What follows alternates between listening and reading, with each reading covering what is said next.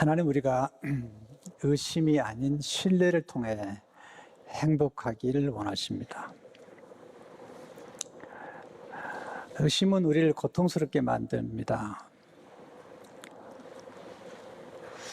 제가 침체를 좀 경험했을 때 제게 의심이 찾아왔어요. 너무 고통스러웠습니다. 왜냐하면 저는 목사는 전혀 의심해서는 안 된다고 생각했고, 또 목사에게는 의심이 찾아와서는 안 된다고 생각했던 것입니다. 늘 확신에 넘치고 늘 행복하게 살아야만 되는 줄 알았습니다. 근데 목사도 평범한 인간이기 때문에 의심이 찾아올 때 굉장히 혼돈스러웠습니다. 당황했고 어떻게 할지는 모르겠더라고요. 그래서 성경을 연구하기 시작했습니다. 성경의 물 가운데 의심한 예수님의 제자를 발견하고,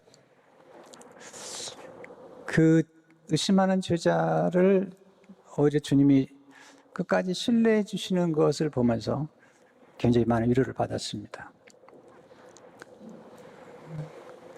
예수님 의심했던 제자 중에 하나가 도마죠.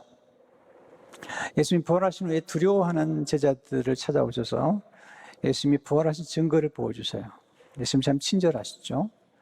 요한복음 20장 19절 20절을 보시면, 이날 곧 안식 후 첫날 저녁 때에 제자들이 유대인들 두려워해 모인 곳에 문들을 닫았더니 예수께서 오사 가운데 서서 이르시되 너에게 평강이 있을지어다. 이 말씀을 하시고 선과 옆구리를 보이시니 제자들이 주를 보고 기뻐하더라. 선과 옆구리를 보이신 것은 예수님 십자가에서 못 박히신 것과 옆구리 창자국을 보여주신 것입니다. 부활하신 예수님을 믿게 될 때 제자들에게 기쁨이 넘쳤던 것입니다. 이렇게 믿음은 우리에게 기쁨을 선물해 줍니다. 그리고 평강을 선물해 줍니다. 근데 문제는 그 자리에 도마가 없었던 것이에요. 24절을 보시면 12 제자 중에 하나로서 디드모라 불리는 도마는 예수께서 오셨을 때에 함께 있지 아니한지라. 도마가 공동체 모임에서 잠시 자리를 비운 거죠. 도마의 반응은 예수님이 찾아오셨다는 소식, 예수님의 손자국과 옆구리를 보여주시다는 소식을 들으면서도 의심하죠. 25절에 이렇게 얘기해요. 다른 제자들이 그에게 이르되 우리가 주를 보았노라 하니 도마가 이르되 내가 그의 손에 못자국을 보며, 눈으로 보고요, 내 손가락을 그 못자국에 넣으며, 확실한 증거, 감각적으로도 경험하고 내 손을 그 옆구리에 넣어보지 않고는 믿지 아니하겠노라 하니라. 그런데 예수님께서 어떻게 반응하시죠? 의심하는 도마를 아시고 찾아오세요. 문이 닫혔는데 그냥 들어오세요. 그리고 예수님께서 도마에게 손과 옆구리를 보여주시고 넣어보라고 말씀하시죠. 27절을 보시면 도마에게 이르시되 내 손가락을 이리 내밀어 내 손을 보고 내 손을 내밀어 내 옆구리에 넣어보라. 그리하여 믿음 없는 자가 되지 말고 믿는 자가 되라. 예수님이 증거를 보여주시고 그래 부탁을 합니다. 믿음 없는 자가 되지 말고 믿는 자가 되라. 의심하는 자가 되지 말고 믿는 자가 되라. 도마가 놀라운 신앙 고백을 합니다. 28절에 보시면 같이 읽어볼까요? 시작. 도마가 대답하려되 나의 주님이시요 나의 하나님이시니이다. 의심했던 그가 예수 그리스도를 만나고 예수님의 손에 못자국과 옆구리의 창자국을 본 다음에 신앙 고백을 하죠. 나의 주님이시요 나의 하나님이시니이다. 그때 예수님께서 도마에게 말씀하시죠. 29절 말씀 같이 읽어보겠습니다. 시작. 예수께서 이르시되 너는 나를 본고로 믿느냐? 보지 못하고 믿는 자들은 복되도다 하시니라. 보지 못하고 믿는 자들은 복되도다. 맨 마지막 말씀이 이렇게 울림으로 와요. 믿는 자들은 복되도다. 의심하는 자들은 복되도다가 아니라 믿는 자들은 복되도다. 믿는 자들은 행복하도다. 성경에서 복되도다라는 표현 중에 하나는 행복하다는 뜻이에요. 행복하여라. 믿는 자가 행복하다. 의심은 신뢰를 깨뜨리죠. 또 행복은 관계에 있는데 의심은 관계를 어렵게 만듭니다.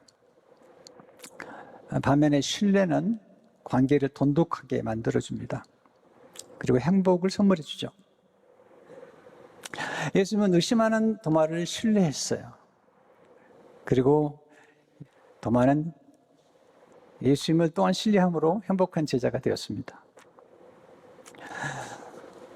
여러분, 예수 믿는 우리들에게 삶 속에 가끔 의심이 들어와요. 의심이 너무 고통스러운 거예요. 근데 의심이 찾아오죠. 언제? 고난이 찾아왔을 때, 또 질병이 찾아왔을 때, 실패하고 실수할 때, 기도 응답이 더디 찾아올 때,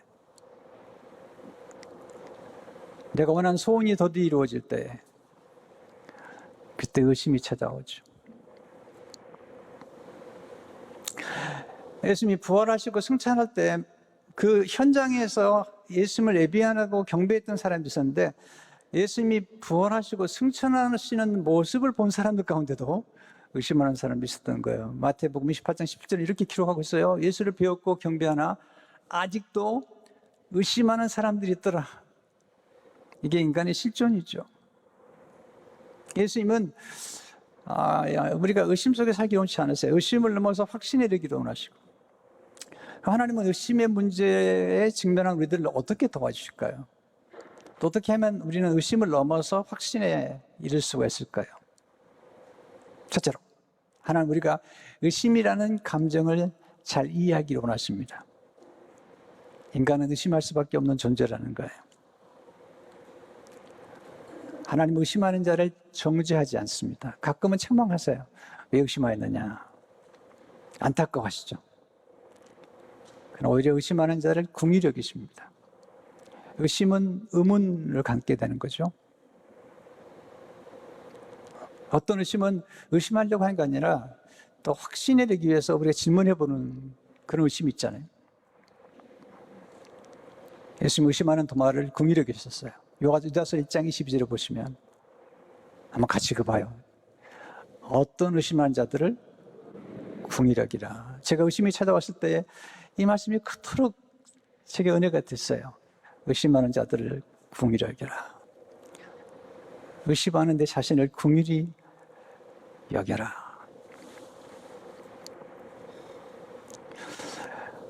의심 우리가 이해하고 껴안아야 될 감정이고 다스려야 될 감정이죠. 왜냐하면 예수님을 잘 믿는 사람들에게도, 심지어는 영적 거장이라고 불리운 사람들에게도 가끔 의심이 찾아오기 때문이죠. 의심을 잘 다스리려면 의심을 인식하고 이해해야 되죠. 우리는 이해하는 것만 변화시킬 수 있습니다. 우리는 의심을 인정하고 받아들일 때 다스릴 수 있습니다. 근데 모든 감정은 양면이 있어요. 의심이 다 나쁜 거 아니에요. 의문을 갖는 것, 의혹을 갖는 것도 나쁜 건 아니죠. 필요해요. 의심에는 긍정적인 면과 부정적인 면이 있어요. 모든 감정에는 이 두 가지 양면이 있는 것입니다. 의심은 신중한 감정 중에 하나입니다. 세상에는 우리를 속이는 사람이 너무 많아요. 보이스 피싱도 많아요.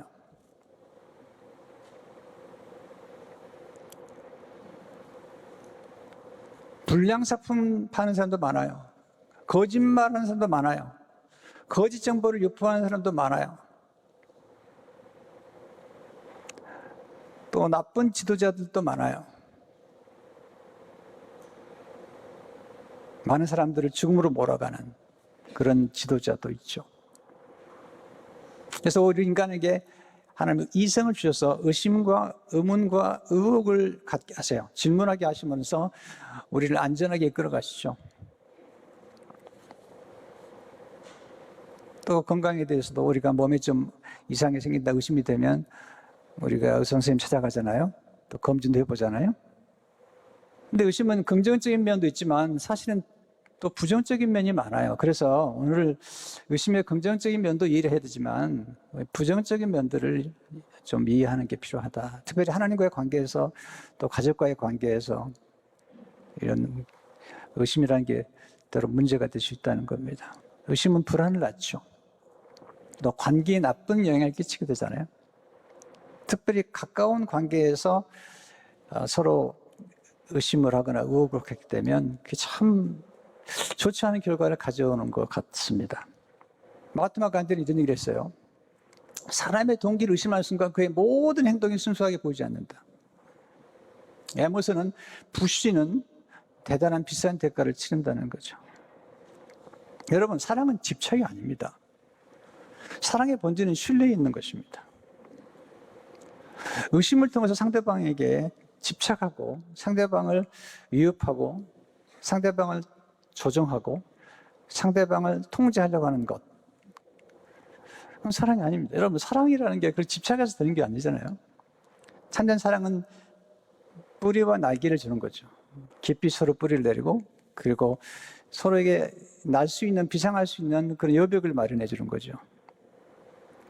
진정한 사랑이라는 것은 안전하게 설 수 있는 공간을 만들어주는 것, 서로 안전하게 설 수 있도록 울타리를 쳐주는 것, 이게 진정한 사랑이죠.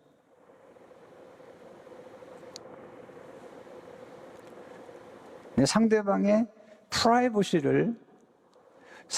프라이버시나 공간을 인정해 주는 것, 결혼을 했다 할지라도 남편과 아내의 그런 공간과 여백을 인정해 주는 것, 이게 사랑이죠. 사랑은 의심으로 변화되지 않습니다. 사람은 사랑으로 변화됩니다. 사람은 신뢰로 변화됩니다. 사랑과 신뢰는 사람을 변화시키는 가장 큰 능력입니다. 진정한 사랑은 오래 참고 믿어주는 것이죠. 그래서 고린도서 13장 4절 7절을 보게 되면 사랑은 오래 참고 모든 것을 참으며 모든 것을 믿으며 모든 것을 바라며 모든 것을 견디느니라. 여러분, 자녀들에게 줄 수 있는 최고의 선물이 뭘까요? 신뢰해 주는 거죠. 비록 그들이 아직 부족해도 그들의 가능성을 믿어주고 신뢰해주고 그들의 잠재력을 믿어주고 아직 사춘기에서 여러 가지 성격들이 나온다 하더라도 그들의 변화를 믿어주는 것이죠. 그리고 그렇게 말해주는 것이죠. 두 번째, 하나님은 의심을 너무 확신에 이르도록 도와주십니다. 의심하는 도마를 찾아오셨어요. 도마가 예수님을 찾아온 게 아닙니다. 도마에게 그의 의심의 증거를 보여주신 분이 예수님이시죠. 그러니까 이렇게 믿음을 갖게 된 것도 은혜고 확신이 이르는 것도 은혜죠. 왜냐하면 예수님이 찾아오셔야 가능한 것이죠. 어떻게 우리 의심을 너무 확신이 이르도록 하나님을 도와주실까요? 첫째로, 하나님은 의심하는 사람을 이해해 주심으로 확신이 이르게 되죠. 인간은 의심할 수밖에 없는 존재라는 것, 그리고 우리를 의심하게 만드는 것은 우리 안에서만 나온 것이 아니라 사탄이 있다는 것. 아담과 하와에게 하나님의 말씀을 의심하게 만들었던 옛뱀 사탄, 그 사탄이 지금도 역사해요. 어젯밤에도 제가 마가복음을 쭉 읽는데 귀신과 사탄 얘기 얼마나 많이 나오는지 몰라요. 예수님이 귀신을 쫓아내시고 사탄을 물리치시고, 언제 우리에게 의심이 찾아오죠. 고난이 찾아오고 이해할 수 없는 환경에 갇혔을 때, 그 중에 하나가 세리 요한이죠. 세리 요한은 예수님을 증거했던 사람이에요. 그는 흥하에 있고 나는 쇠하리라 그렇게 증거했던 사람인데 헤롯 왕의 잘못을 지적했다가 감옥에 갇히죠. 여러분, 폐쇄적인 환경에 갇혀 있고 예수님을 만날 수 없는 상황이 되니까 오늘 의심이 찾아온 겁니다.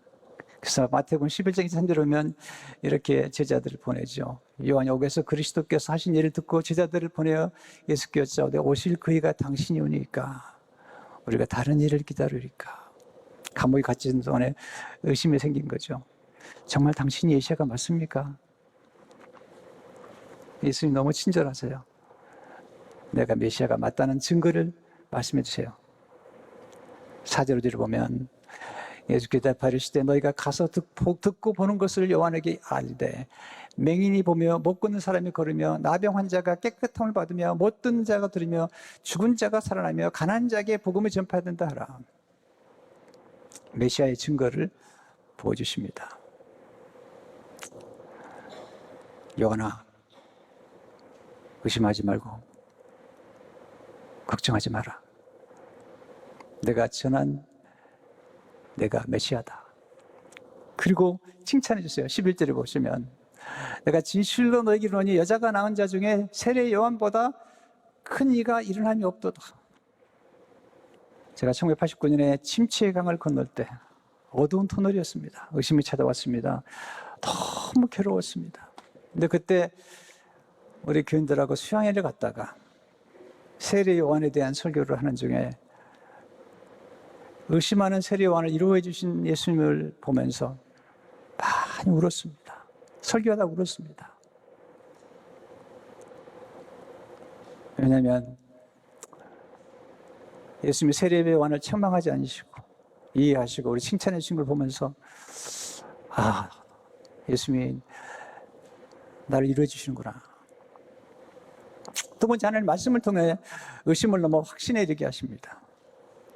우리의 믿음을 강하게 만들어주고 키워주고 의심을 몰아내주는 것은 말씀밖에 없죠. 그래서 우리 말씀을 읽고 묵상하고 암송하고 말씀을 따라 기도할 때 우리의 믿음이 점점 강해집니다. 의심은 물러가고 확신이 생기게 되죠. 로마서 10장 17절 말씀 같이 읽어볼까요? 시작. 그러므로 믿음은 들으면서 나며 들음은 그리스도의 말씀으로 만매맞느니라. 사탄이 제일 싫어하는 게 우리가 성경에 있는 거예요. 사탄이 제일 싫어하는 게 우리가 하나님의 말씀을 암송하는 거, 묵상하는 거예요. 왜냐하면 사탄은 하나님 말씀이 우리 밭에 떨어지려고 할 때 우리 말씀에 떨어지는 말씀을 빼앗아간다고 성경에 보면요. 그래서 우리가 하나님 말씀을 암송하고 묵상, 예수님께서 사탄의 유혹을 물리칠 때 예수님께서 3번이나 기록되었을 때 성경 말씀을 암송하셨어요. 십자가 돌아가실 때 성경 말씀을 암송하시며 돌아가셨어요. 그래서 예수님께서 사탄의 유혹을 받기 전에 들었던 하나님 음성은 뭐냐면 하나님의 아들이라는 음성이었고 하나님이 기뻐하는 자라는 음성이었죠. 마태복음 3장 17절을 보시면 하늘로부터 소리가 있어 말씀하실 때 같이 읽겠습니다. 이는 내 사랑하는 아들이요 내 기뻐하는 자라 하시니라. 이 음성을 날마다 들어야 헬이 나오는 말합니다. 우리가 드려야 될 음성은 바로 이 음성이고 우리의 정체성은 세상이 만들어주는 정체성이 아니라 우리 하나님의 사랑하는 아들이요 하나님의 사랑하는 딸이요 하나님 기뻐하는 자라는 이 정체성, 이걸 가지고 살아가는 것이죠. 우리의 문제는 교만 별로 제가 보니까 교만한 분들은 많지 않은 것 같아요. 대부분이 열등의식 속에 살아요. 저를 포함해가지고. 자기 혐오, 자기의 멸시, 낮은 자존감,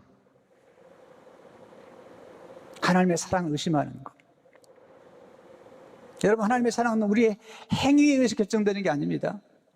하나님의 사랑은 예수님의 행위에 의해서 결정되는, 예수님이 우리의 십자가 돌아가신 그 사랑 때문에 우리가 사랑을 받는 거고 우리가 구원을 받는 거고 우리가 의롭다움을 받는 것이지 우리가 헌신을 열심히 해서 사랑을 받는 게 아니에요. 물론 헌신하는 건 좋은 거고 또 하나님도 기뻐하시긴 하지만 우리의 삶의 사랑의 그 근거는 하나님께서 우리를 위해서 아들이신 예수님을 십자가에 내어주시고 그리고 십자가에 죽으시고 부활하시고 우리를 사랑하셨다는 그 사건, 바로 거기에 있는 것이죠.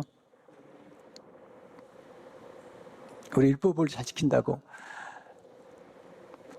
새롭게 하셔서 이번에 이도 목사님이 출연하셨잖아요. 근데 거기서 성경을 공부하는 중에 받았던 가장 놀라운 말씀, 그게 갈라디아서 2장 21절이라는 거죠. 2장 20절을 우리가 많이 알지만 2장 21절이 중요했다는 거죠. 한번 같이 읽어볼까요? 시작. 내가 하나님의 은혜를 피하지 아니하노니 만일 의롭게 되는 것이 율법으로 말미암으면 그리스도께서 헛되이 죽으셨느니라. 우리가 의롭게 되는 것이 율법이나 우리 행위나 도덕과 수양으로 된다고 하면 그리스도가 헛되이 죽었다는 거죠. 5장 4절은 더 명확하게 얘기해요. 율법 안에서 의롭다면 어디를 하는 너희는 자기 수양이나 도덕이나 여기서 의롭다면 어디를 하는 너희는 그리스도에게서 끊어지고 은혜에서 떨어진 자로다 그랬습니다. 우리의 사랑의 근거는 우리의 행위나 우리의 도덕이나 우리의 수양에 있지 않아요. 그리스도의 은혜에 있고 십자가의 은혜에 있습니다. 하나님 그리스도 안에서 서로 신뢰하는 공동체를 세우기 원하죠. 가족도 신뢰로 서로 가족이 서로 의심하면 불행하잖아요. 교회도 서로 신뢰해야지 행복하죠. 사람 의심하면 모든 걸 의심하게 돼요. 연기가 뭐죠? 연기란 의심을 조용히 바라보면 의심의 정체를 파악하는 것입니다. 연기란 의심을 의심해 보는 거예요. 하나님의 말씀은 확실한 거거든요. 하나님의 말씀 의심하게 만드는 사탄이 있는 거죠. 그 의심을 의심해 보는 거예요. 연기란 의심을 다스리며 하나님을 바라보는 것입니다. 그리고 하나님의 약속을 신뢰하는 것입니다. 그때 믿음의 문이 열리죠. 그리고 아름다운 관계의 문이 열립니다. 행복의 문이 열립니다. 의심하면 전진할 수가 없어요. 앞으로 뻗어나가지 못해요. 의심하고 의부전한 사람들은 뭔가 선택도 못하고 결단도 못해요. 의심하는 습관보다는 신뢰하는 습관을 갖도록 하세요. 여러분, 우리 가족이나 우리 자녀들이 신뢰할 만할 때 신뢰하는 것은 누구나 할 수 있는 거예요. 하나님도 우리가 믿을 만한 환경에서 믿는 건 누구나 할 수 있는 거지만 도저히 바랄 수 없을 때 바랐던 아브라함처럼 도저히 믿을 수 없을 때 믿었던 그런 가족들, 그게 정말 놀라운 거잖아요. 잔 백설은 신뢰하는 인간관계의 초석이라는 거죠. 하나님을 감동시킬 수 있는 유일한 길은 우리가 어렵고 병들고 실패하고 넘어지고 그럴 수밖에 없는 상황에서도 하나님을 끝까지 신뢰하는 거예요. 그때 하나님 마음에 감동이 되는 거잖아요. 우리도 우리 생각 가운데 우리를 끝까지 믿어준 사람들, 끝까지 신뢰해준 사람들, 그분들 때문에 우리가 변화되는 거 아니겠어요? 어떤 분은 당신은 안 될 거라고 확신하더라고요. 그러지 말라고요. 그건 잘못된 확신인 거예요. 그 거짓된 확신을 의심해야 돼요. 그리고 자녀들에게 남편에게 말해줘야 돼요.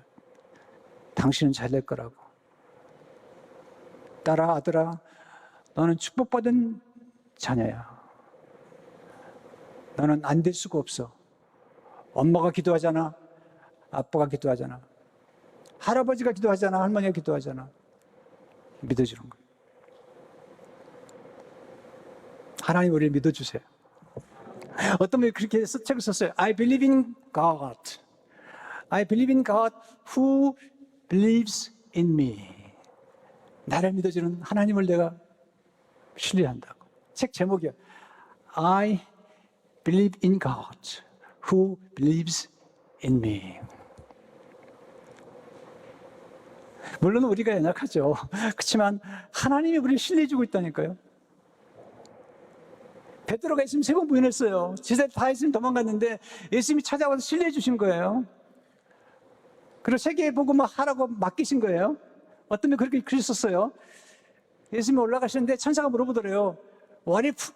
만약에 제자들이 실패한다면 다른 옵션이 있냐고. 예수님께서 No. 그들이 이룰 거라고. 성도 여러분, 믿음으로 승리하시길 축원합니다. 믿음으로 기적을 경험하시길 축원합니다. 지금도 하나님 살아계십니다. 어제도 제가 마감을 했는데 병 고치는 일이 그렇게 많이 나와요. 우리 주님이 귀신을 쫓아내시고 병 고치시고 기적이 수없이 일어나요. 내 믿음대로 될지다 주님이 말씀하시는 거예요. 할 수 있거든요. 무슨 말이냐. 믿는 자에게 능치 못할 일 없느니라. 여러분 믿음으로 승리하시길 축원합니다.